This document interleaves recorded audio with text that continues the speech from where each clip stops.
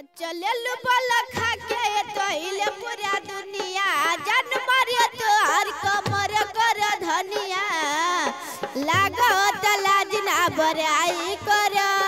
भैया में हमके नय से धर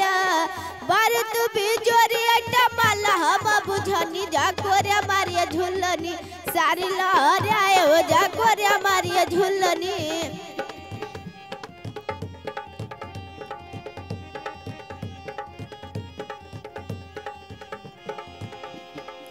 गोरे गलिया पकस लहराए द कमरिया ठोपना डग मगाए द निकल लागे ना नियतिया तोहा कैसे कइल चाहता रे प्यार लोरिया के पर्दा हटावो ना मनवा में काबा बतावो ना कोरा में आवो तो नी हम सटाली जाकोरे मारिए झुलनी सारी लहर आए हो जाकोरे मारिए झुलनी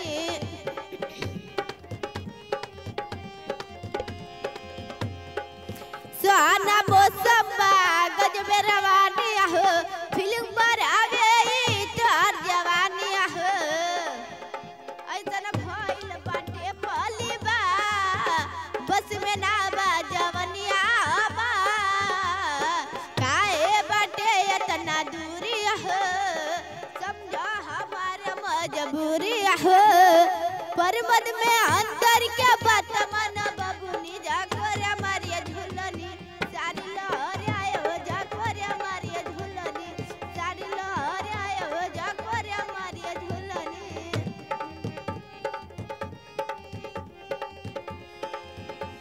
चलल बल खा के तहिले पूरा दुनिया जन मारे तोहर कमर कर धनिया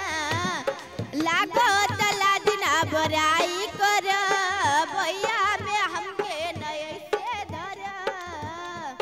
बार तू भी जोरी टमल हम बुझनी जाकोरे मारिए झुलनी सारी लहर आए हो जाकोरे मारिए झुलनी सारी लहर आए हो जाकोरे मारिए झुलनी सारी लहर आए हो जाकोरे मारिए झुलनी।